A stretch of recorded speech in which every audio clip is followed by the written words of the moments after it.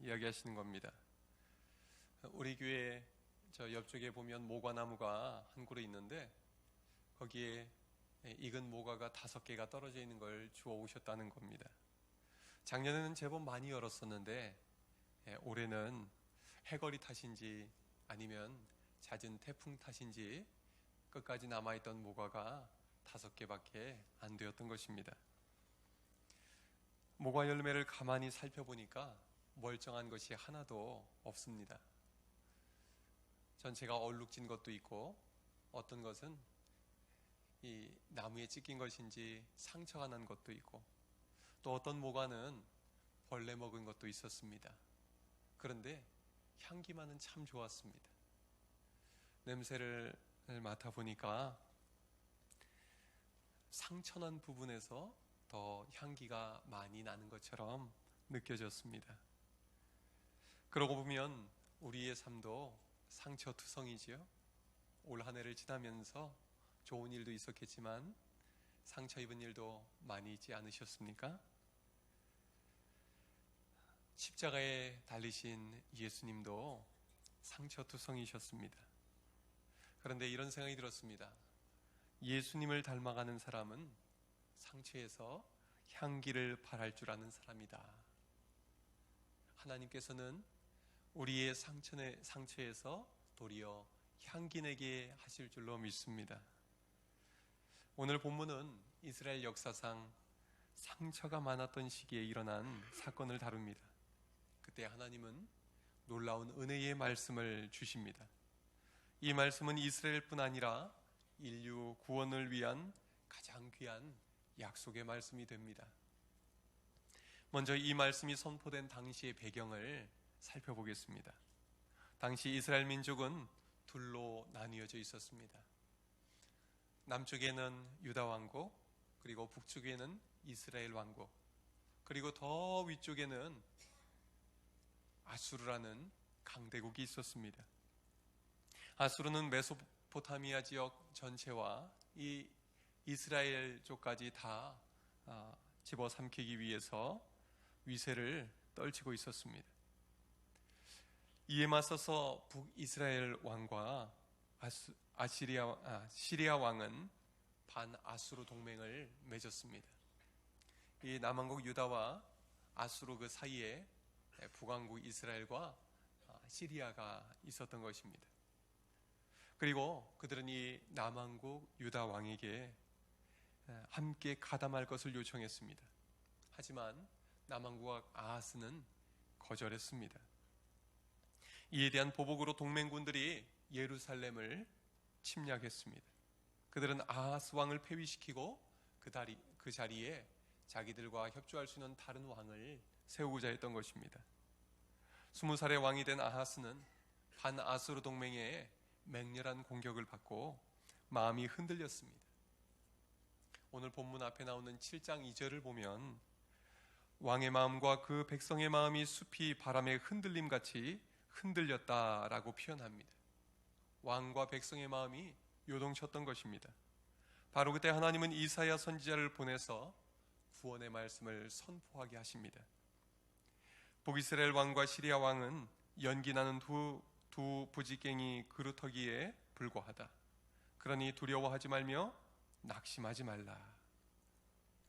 연기나는 두 부지깽이 그루터기라는 말은 하나님의 심판의 불에 의해서 소멸될 두 나라의 왕을 의미합니다.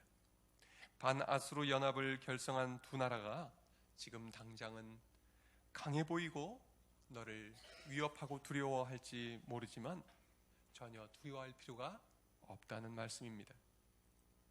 7장 7절에서 여호와 하나님이 이렇게 말씀합니다. 그 일은 서지 못하며 이루어지지 못하리라. 그들은 패망할 것이요 다시는 나라를 이루지 못할 것이라.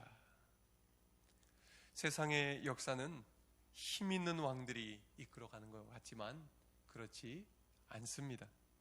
하나님의 말씀대로 됩니다. 하나님이 허락하시는 것만 이루어지고 하나님이 허락하지 아니하시면 그 어떤 일도 일어날 수 없는 것입니다. 그래서 9절 하반절에서 이렇게 말씀하십니다. 만일 너희가 굳게 믿지 아니하면 너희는 굳게 서지 못하리라. 우리가 이 세상을 살면서 가장 중요한 것은 하나님의 말씀을 바로 알고 말씀대로 믿고 말씀대로 사는 것입니다. 왜 그렇습니까? 말씀대로 되기 때문입니다. 성경은 창세기부터 요한계시록까지 하나님의 말씀이 먼저 선포되고 그 말씀대로 이루어진 기록을 하고 있습니다. 세상의 모든 역사는 하나님의 말씀대로 진행되었음을 성경은 분명히 보여줍니다.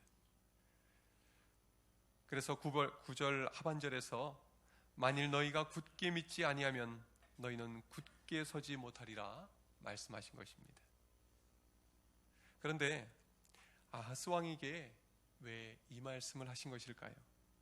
그 이유는 아하스 왕이 하나님의 말씀 위에 굳게 서 있지 않았기 때문입니다. 열왕기상 16장을 보면 그는 이방 사람들을 따라서 우상을 숭배했던 사람입니다. 그는 자기 아들을 불 가운데로 지나가게 하면서 이 이방 사람들이나 드리는 인신 제사를 드렸습니다. 이것은 하나님께서 가장 싫어하시고 가증히 여기시는 행위였습니다. 그는 또한 바알 신을 숭배했습니다. 그리고 하나님이 금하신 명령들을 어겼습니다. 자기만 그런 것이 아니라 온 백성들이 잘못된 길을 가도록 이끌었습니다. 한마디로 아하스 왕은 하나님의 기준에 전혀 부합되지 않는 왕이었습니다.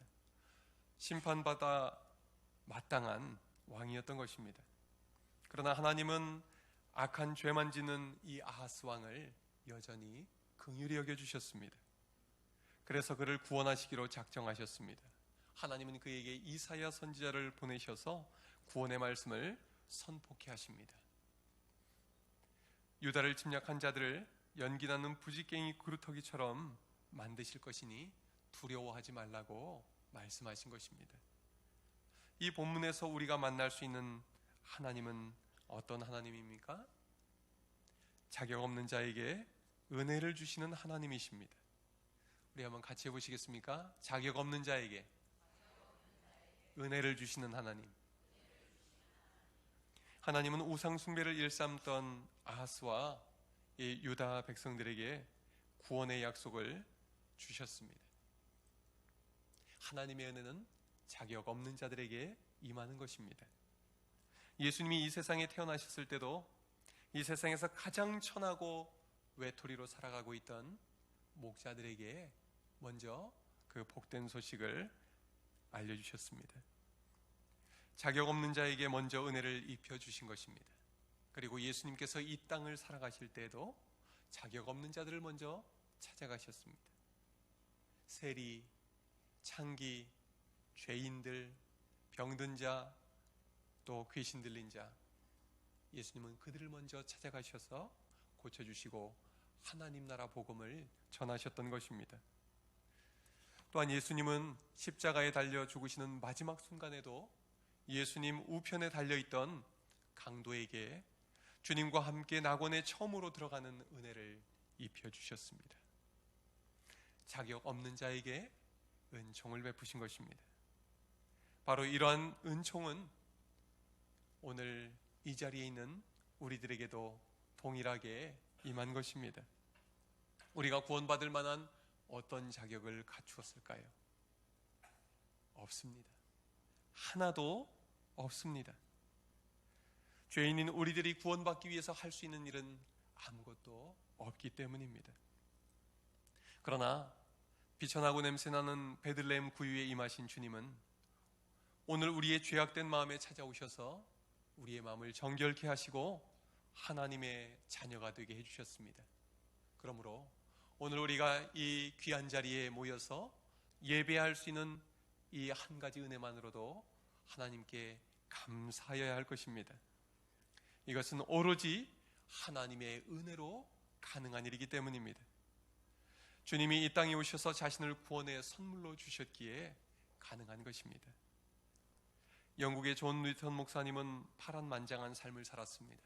그는 한때 노예처럼 산 적도 있었고 나중에는 악명 높은 노예선의 선장으로 살기도 했습니다. 그러나 그는 예수 그리스도의 복음을 듣고 회개한 뒤에 목사가 되었습니다. 그는 평생 복음을 증거하며 살았습니다. 자격 없는 자에게 주신 하나님의 은혜가 얼마나 감사했는지 그는 이런 가사를 썼습니다. 나 같은 죄인 살리신 그 은혜에 놀라워 잃었던 생명 찾았고 광명을 얻었네. 존 뉴턴 목사님은 자신이 구원받은 사실을 얼마나 감사하며 살았는지 알 수 있는 대목입니다. 그분은 종종 이렇게 말했다고 합니다. 이 다음에 내가 천국에 가면 세 가지 때문에 깜짝 놀라게 될 것이다. 첫째는 그곳에 당연히 있을 줄 알았던 사람들이 없다는 사실에 놀랄 것이다. 둘째는 그곳에 있을 수 없는 사람이라고 생각했는데 와 있는 것을 보고 놀랄 것이다. 마지막으로 셋째는 나 같은 죄인이 그곳에 와 있는 모습을 보고 놀랄 것이다. 이 고백은 존 뉴턴 목사님만의 고백이겠습니까? 우리 모두의 고백이지요. 나 같은 죄인이 예수 믿어 구원받은 것이 놀랍고, 나 같은 죄인이 하나님의 자녀된 것이 놀랍고, 나 같은 죄인이 오늘 이렇게 예배할 수 있는 것이 놀랍고, 마지막으로 나 같은 죄인이 나중에 천국에 들어가 영원한 행복을 누릴 것이 놀라운 일인 줄로 믿습니다. 우리는 지금까지 자격 없는 자에게 주시는 하나님의 은혜에 대해서 살펴봤습니다. 두 번째로 우리에게 주시는 말씀은 무엇일까요? 같이 해보겠습니다. 구원의 징조를 주시는 하나님. 11절 함께 읽겠습니다. 시작. 너는 내 하나님 여호와께 한 징조를 구하되 깊은 데에서든지 높은 데에서든지 구하라 하시니.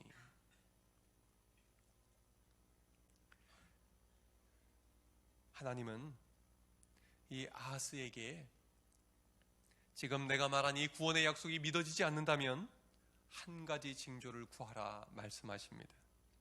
깊은 데에서든지 높은 데에서든지 구하라 말씀하십니다.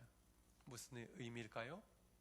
히브리어 원어를 살려서 번역한 새번역 성경에서는 이렇게 번역합니다. 저 깊은 곳 스올에 있는 것이든 저 위 높은 곳에 있는 것이든 무엇이든지 보여달라고 하여라. 스올은 죽은 자가 거하는 곳입니다. 음부, 죽음, 무덤, 지옥과 같은 의미로 쓰이는 단어입니다.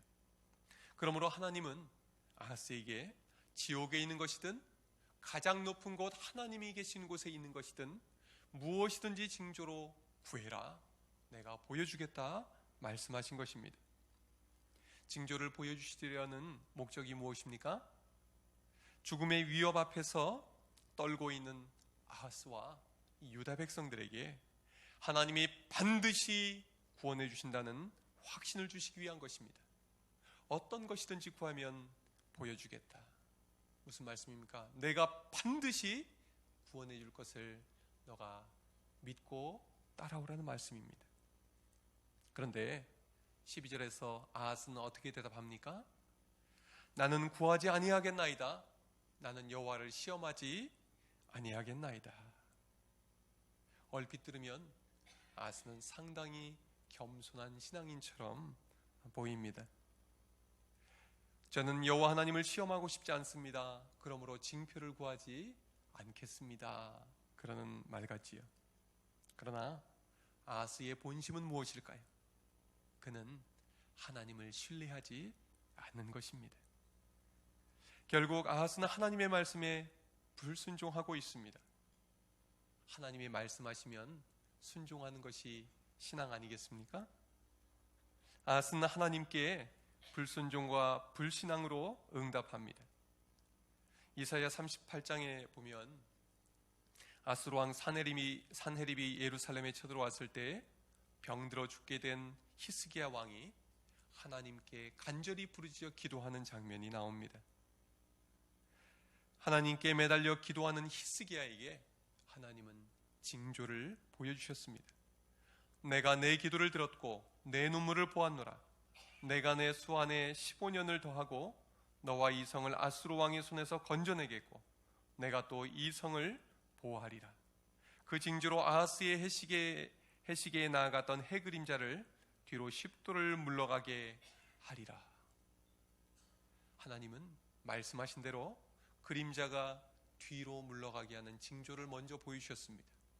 그리고 말씀하신 대로 그의 병도 고쳐주셨고 또 예루살렘을 무너뜨리러 쳐들어온 사네립의 군대를 다 물리쳐 주셨습니다.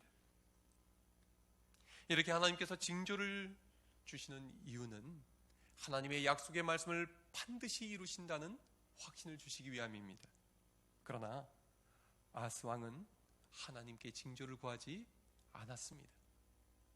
그 진짜 이유가 무엇일까요? 그의 마음이 다른 데가 있었기 때문입니다. 열왕기하 16장 말씀을 보면 아하스는 시리아와 북이스라엘의 동맹군의 공격을 받고 즉시 아수르 왕 디글랏 빌레셀에게 사신을 보냅니다. 그리고 그에게 이렇게 요청합니다. 나는 왕의 신복이요 왕의 아들입니다. 이제 아람 왕과 이스라엘의 왕이 나를 치니 청하건대 올라와 그 손에서 나를 구원하소서. 이 유다 왕은 하나님이 세우신 하나님의 종입니다. 하나님의 자녀입니다. 그럼에도 불구하고 아하스는 하나님을 버리고 대신 아수르 왕의 종이 되고 그의 아들이라 불리기를 바랬던 것입니다. 그래서 그는 여호와의 성전과 왕궁 곳간에 있는 은금을 전부 다 꺼내서 이 아수르 왕에게 보냈습니다. 아하스는 보이지 않는 하나님을 믿고 의지하기보다는 눈에 보이는 강대국의 왕 아수르 왕을 더 믿고 의지한 것입니다. 근본적으로 그는 하나님을 따르지 않고 자기 하고 싶은 대로 한 것입니다. 이렇게 불신앙으로 유다 왕국을 위기에 빠뜨리고 하나님의 마음을 괴롭게 한 아하스에게 하나님은 무슨 말씀을 주십니까? 우리 14절 함께 읽겠습니다. 시작. 그러므로 주께서 친히 징조를 너희에게 주실 것이라. 보라, 처녀가 잉태하여 아들을 낳을 것이요 그 이름을 임마누엘이라 하리라. 아멘. 하나님은 아하스 왕과 또 그의 백성들을 버리지 아니하시고 포기하지 아니하시고 친히 징조를 주시겠다고 말씀하십니다. 그 징조는 바로 처녀가 잉태하여 아들을 낳는 것입니다. 그 아들의 이름이 무엇입니까? 임마누엘이지요. 우리가 익숙이 들었던 이름입니다. 임마누엘이라는 이름을 가진 아들이 태어나면 무슨 일이 일어납니까? 16절 말씀을 보니까 대저 이 아이가 악을 버리며 선을 택할 줄 알기 전에 내가 미워하는 두 왕의 땅이 황폐하게 되리라. 하나님의 구원의 약속의 말씀입니다. 이제 임마누엘이라는 이름을 가진 한 아이가 태어날 것인데 이 아이가 사리 분별을 할 만큼 자라기도 전에 이 땅을 쳐들어온 두 왕은 패망하게 될 것이다. 그렇게 하나님은 구원의 약속을 주신 것입니다. 실제로 오랜 시간이 지나지 않아서 이 두 왕의 땅, 즉 시리아와 북이스라엘 왕국은 멸망당하고 맙니다. 하나님의 말씀대로 된 것입니다. 중요한 것은 임마누엘이라는 아이의 이름처럼 하나님께서 지금 우리와 함께 하신다는 사실입니다. 그러니 하나님만 의지하라고 하나님은 우리에게 말씀하십니다. 하나님께서 이 일을 이루시고 유다의 적들의 손에서 구원하실 것이다. 그러니 고난 앞에서 두려워하지 말아라. 하나님은 이렇게 유다 백성들에게 기쁜 소식을 전해주신 것입니다. 여러분, 하나님이 오늘 우리에게 주시는 기쁜 소식은 무엇입니까? 하나님이 지금 여기에 우리와 함께 하신다는 사실입니다. 전지전능하신 하나님, 천지의 창조주이신 하나님이 오늘 우리와 함께 하십니다. 그러므로 우리는 두려워할 필요가 없습니다. 걱정할 필요가 없습니다. 이 유다를 아수르의 공격에서 구원하신 하나님이 지금 우리와 함께 하시기 때문입니다. 여러분, 요즘 우리나라 상황을 보면 많이 어수선하죠. 안정되지 않은 모습들이 많이 보입니다. 정치권에서도 서로 계속 대립하고 문제가 해결될 기미가 잘 보이지 않지요. 또 경제 상황도 올해도 쉽지 않았지만 내년도 그렇게 전망이 밝지 않다, 그런 이야기를 들을 때 마음이 왠지 무거워지고 또 걱정이 되지는 않으십니까? 그러나 여러분, 올해도 우리와 함께 하셔서 이 자리까지 함께 하신 하나님께서 내년도 우리와 함께 하실 줄을 믿으시기를 바랍니다. 전능하신 하나님이 우리와 함께 하실 때 우리의 삶을 책임져 주실 것입니다. 전능하신 하나님이 우리의 가정에 함께 하실 때 우리의 가정을 붙들어 주실 것입니다. 전능하신 하나님이 우리 덕충교회에 함께 하여 주셔서 내년에도 하나님의 은혜로 이끌어 주실 것입니다. 이 대한민국을 하나님이 지키시고 하나님이 이끌어 주실 것입니다. 바로 이 하나님께 어떤 문제라도, 어떤 근심 걱정이라도 맡겨드리고 기도하며 나아갈 수 있기를 바랍니다. 마지막으로 오늘 본문이 정말 중요한 이유를 살펴보고자 합니다. 하나님은 임마누엘이라 이름하는 한 아이가 처녀의 몸에서 태어날 것을 약속하셨습니다. 그리고 임마누엘이라는 이름의 한 아이는 아하스에게 이 말씀을 하신 이후로 700여 년 뒤에 베들레헴에서 태어났습니다. 그 아이의 이름이 무엇입니까? 예수님이지요. 그 백성을 죄에서 구원할 자라는 의미를 가지고 있습니다. 마리아라는 여인이 아들을 낳았는데 그녀와 약혼한 요셉에게 주의 사자가 나타나서 말하지요. 아들을 낳으리니 이름을 예수라 하라. 이는 그가 자기의 백성을 그들의 죄에서 구원할 자이심이라. 이 모든 일이 된 것은 주께서 선지자로 하신 말씀을 이루려 하심이라. 이르시되 보라, 처녀가 잉태하여 아들을 낳을 것이요 그의 이름은 임마누엘이라 하리라. 임마누엘이라는 이름 뜻이 무엇입니까? 하나님이 우리와 함께 하신다. 우리 함께 해봅시다. 우리와 함께 하시는 하나님. 하나님은 약속하신 말씀 그대로 이루셨습니다. 하나님의 약속은 반드시 지켜집니다. 하나님의 말씀은 하나님이 정해주신 때에 정확히 이루어집니다. 이스라엘 역사상 어둠이 가장 짙었던 때에 하나님은 그 아들 예수 그리스도를 이 땅에 보내주셨습니다. 요한복음 1장 14절에서 이렇게 말씀합니다. 말씀이 육신이 되어 우리 가운데 거하심에 우리가 그의 영광을 보니 아버지의 독생자의 영광이요 은혜와 진리가 충만하더라. 가장 어려운 시기에 하나님의 아들이 우리 가운데 함께 거하신다는 것입니다. 그리고 가장 어렵고 어두운 그 시기에 아버지의 독생자의 영광을 비추어 주시고 은혜와 진리로 충만케 해주셨다는 것입니다. 가장 상처 많았던 그 시대에 하나님은 가장 큰 은혜를 베풀어 주시고 그 누구도 보지 못했던 하나님의 영광을 보게 해주셨다는 것입니다. 본래 하나님을 본 사람은 없지만 하나님 아버지께서는 독생자 예수님을 통해서 자신을 나타내셨습니다. 예수님이 이 땅에 오심으로 천국 복음이 밝히 선포되었습니다. 또 예수님이 십자가에 달려 죽으심으로 우리를 죄로부터 구원해 주셨고 하나님의 자녀 삼아 주셨습니다. 그리고 부활하신 주님은 하나님 우편에 승천하셔서 우리 속에 성령님을 보내주셨습니다. 성령님이 우리 속에 거하심으로 말미암아 하나님이 우리와 함께 하시겠다 하시는 약속은 현실이 되었습니다. 여러분, 예수 그리스도를 믿는 자에게는 성령님이 그 속에 거하심을 믿으시기를 바랍니다. 그러므로 예배하는 이 시간 성령님이 우리 안에 거하셔서 하나님이 우리와 함께 하시는 줄로 믿으시기를 바랍니다. 여러분, 하나님이 우리 안에 거하신다는 사실이 놀랍지 않습니까?